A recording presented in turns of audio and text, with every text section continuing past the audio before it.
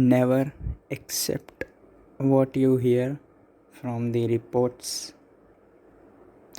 Never hastily grab onto a conclusion that it must be so. Do not accept a statement which you think that it matches to what is written in our books. Do not accept what is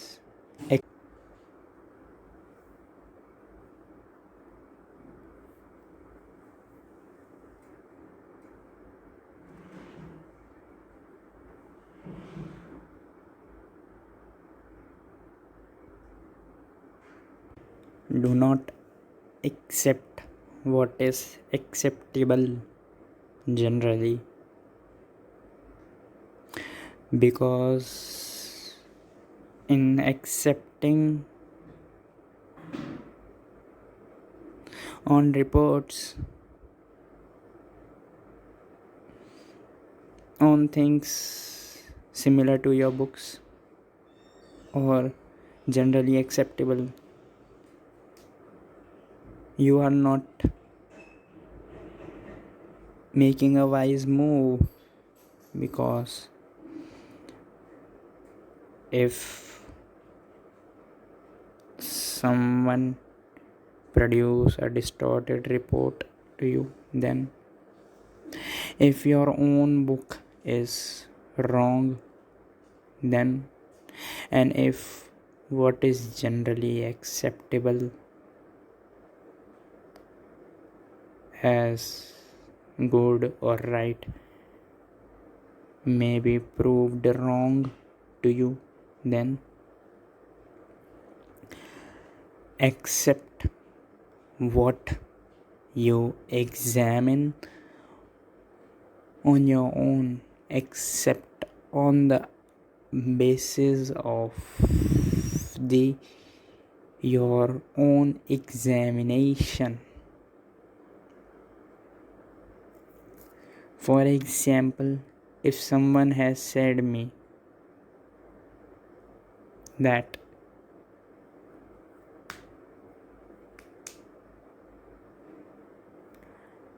don't eat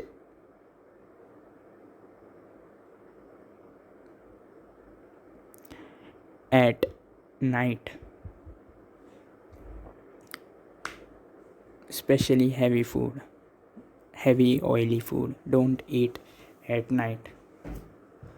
For example, puri chole bhature at night, because it will cause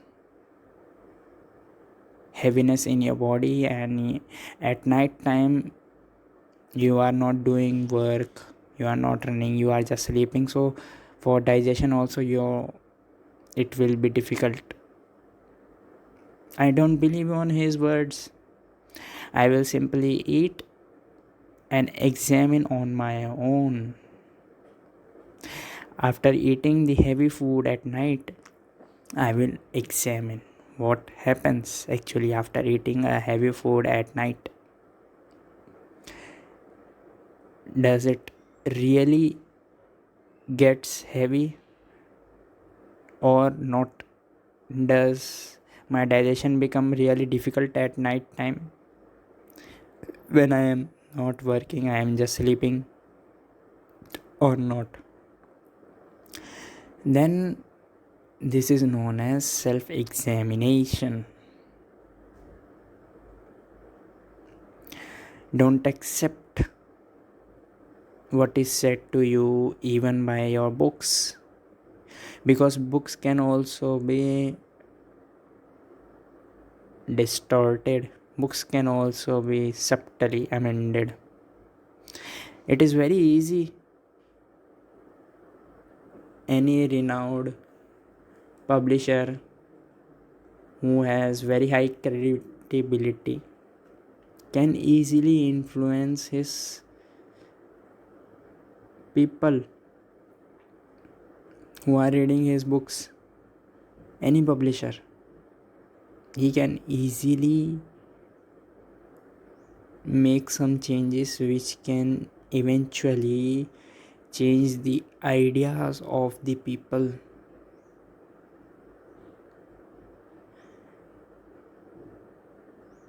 This is the distortion from the publisher's side. And I say on further, what you hear, what you read, whatever you perceive may be distorted one. Never accept as it is. Just examine on your own. Just experience on your own. Then only you will be able to believe on it or accept it. Before it, you would not accepting but so calledly accepting plus deceiving thyself, and experience can never be given from one person to another person. What is my experience is experience for me only. Your experience is only with you. What you have learned from your experience, it's for you only. You can never transfer that learning to other.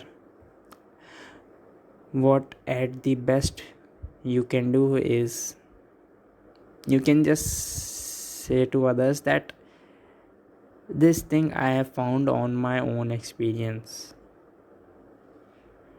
If you want to find the same thing, you can do these methods and you can walk on these paths.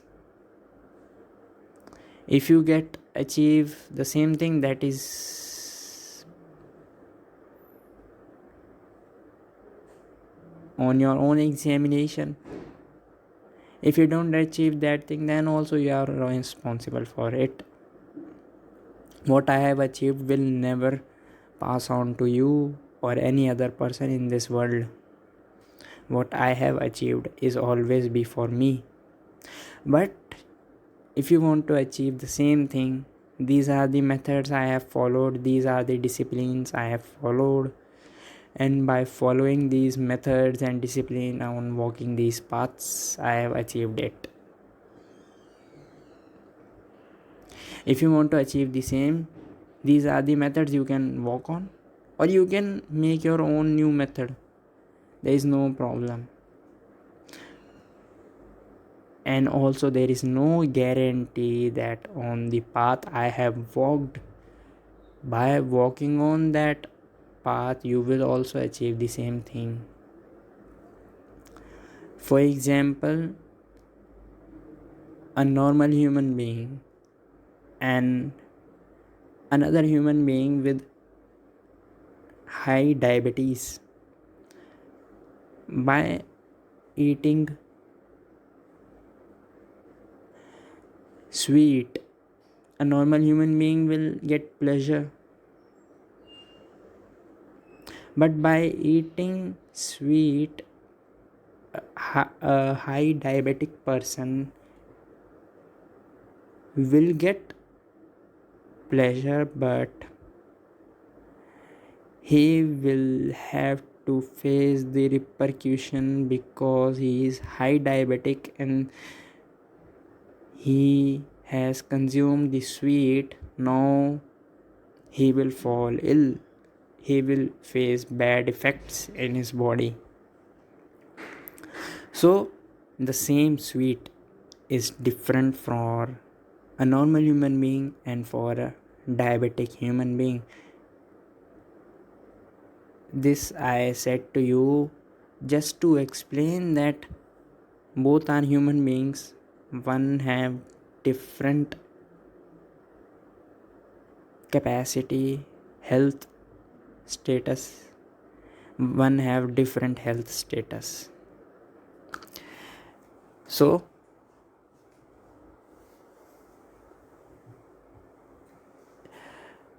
I take a holistic view.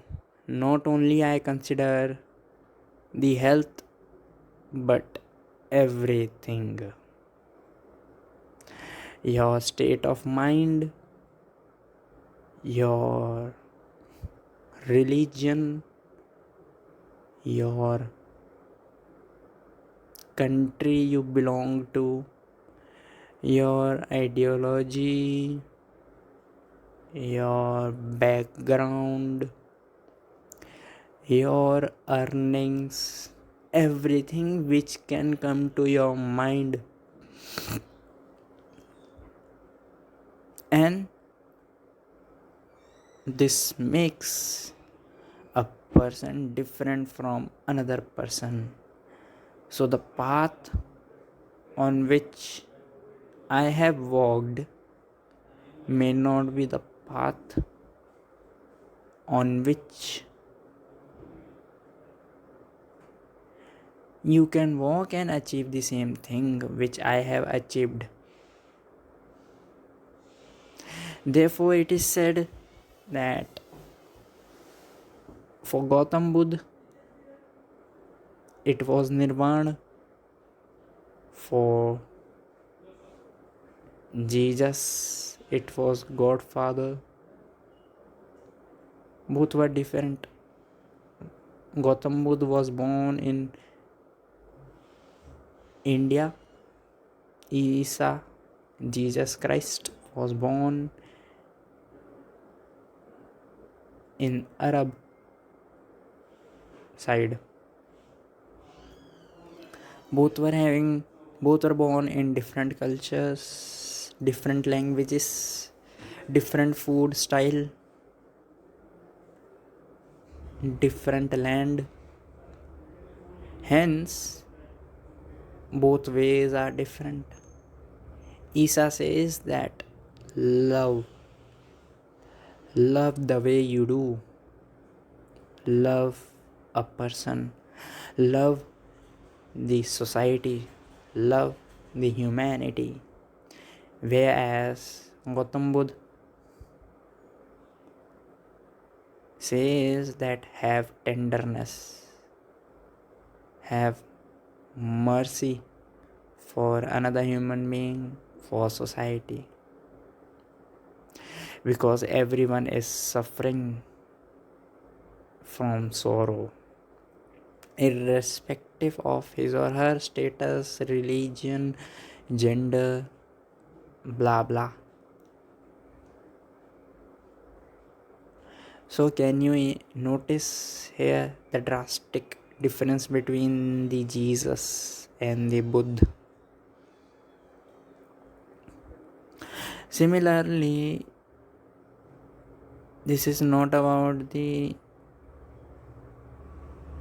religious teachers, but each human being on this earth.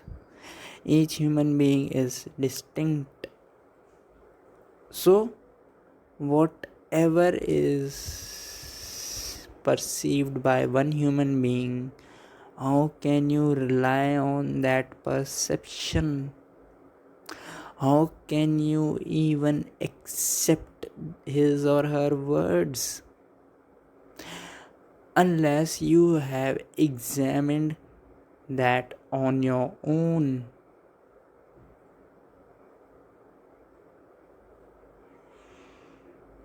And the way of examination also vary from person to person.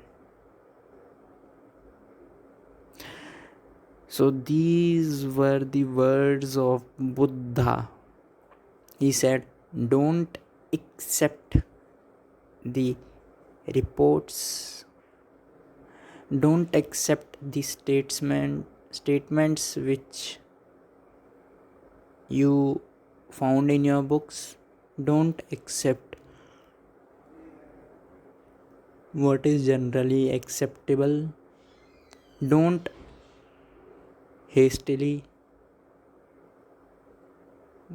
jump to a conclusion that this must be so. All these will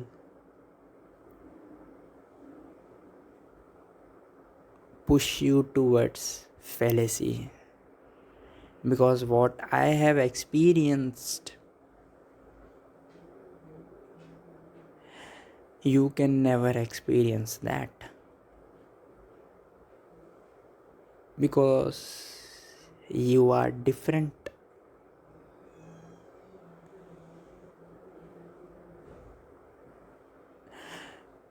One thing you can do, that you can inquire on your own. If I say that this river is very cold, don't put your step into this river, your feet will be paralyzed. This much chillness is there in this river. Now there is nothing to believe, nothing to accept. You can go and examine on your own. You can put your feet in that river, and then you can realize. This is the meaning of realization. Realization comes when you inquire on your own, when you go on search on your own, when you are not relying on others, when you are taking the refuge of your own self. After taking the refuge of your own self, you come to the realization.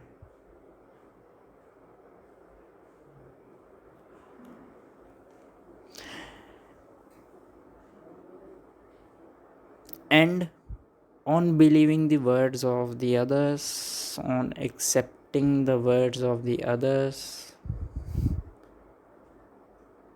you not only deceive thyself, but also you create a fear in thyself, a anger in thyself,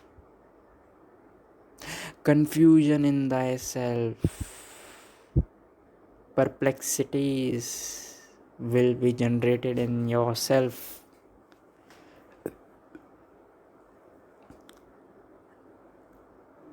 Just inquire on your own.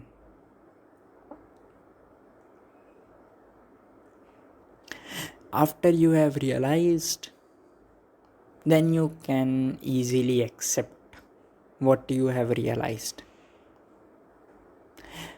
And that will not only become your acceptance but your belief. This I say, what is a belief is. Belief is not what is being taught to you by your religious teachers, by your parents, by your friends, by your school teachers. No. Belief has the basis of realization. If Gautam Buddha is saying nirvana, then he has realized it. But if a disciple is listening it, he can't rely on that, because he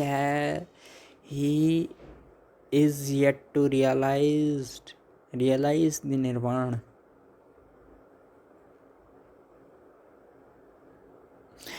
Therefore I say, whatever you inculcate in your child, for example in Muslims, they I'm not talking about all Muslims, generally, majorly. In the significant population of Muslims, what they do, they send their child to madrasa, or they teach their child Quran. They repeat the Quran multiple times to their child, or they, by hook or by crook, make their child to by heart the Quran, each verse. Now, you are only deceiving your child. Those Muslims are only deceiving their own child, because child is yet to realize what he is memorizing, what he is learning. Until you realize, no matter how much force you put on your child to memorize these verses, that child will always have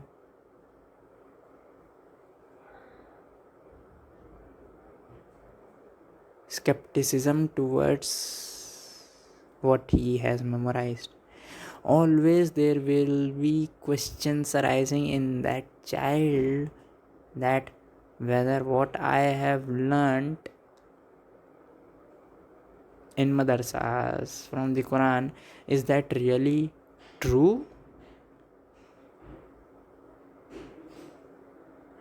So my method is examine on your own, inquire on your own. For inquiry, don't take refuge of any religious books, any website, any YouTube video, any teacher, any parent, any sibling, any friend. Take the refuge of your own self. Just go inside yourself. Close your eyes. Just go inside. Because you, when I say you, who is listening in yourself, tell me, when I say take a refuge to yourself, what do you mean by yourself? What do you even mean by self? Self is something which is there inside you.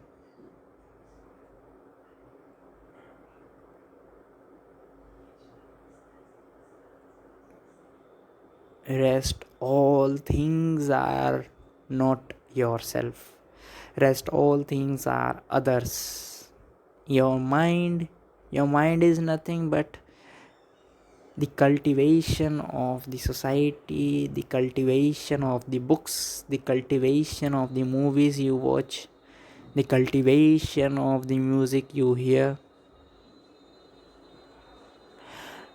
So even if you take the refuge of your own mind, you are indirectly taking the refuge of others.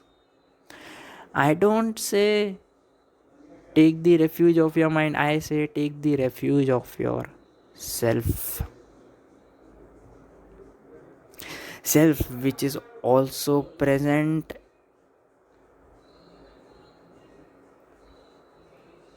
always present. If there is a mind or no mind, self is always there with you, in you, and you are the self. You are the nothing else than yourself. That's why I say, for examination, for evaluation, for inquiry, take a refuge to yourself. Don't rely on anyone. Just take others books, teachers, everything as a hypothesis. Hypothesis means something which is said by a person or a book, but which cannot be relied on. Yes, that can be taken into consideration, but that can never be relied on. What can be relied on is only your own realization, because only on your realization you will get no doubt, no questions, because on your own you have realized it, not by or under the influence of some books, some words. Therefore, don't accept what you hear, what you perceive. Accept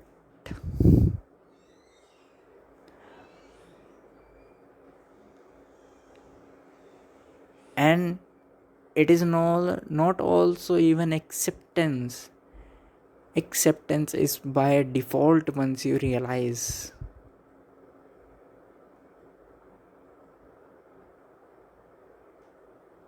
Subscribe if you find this video helpful and share this video.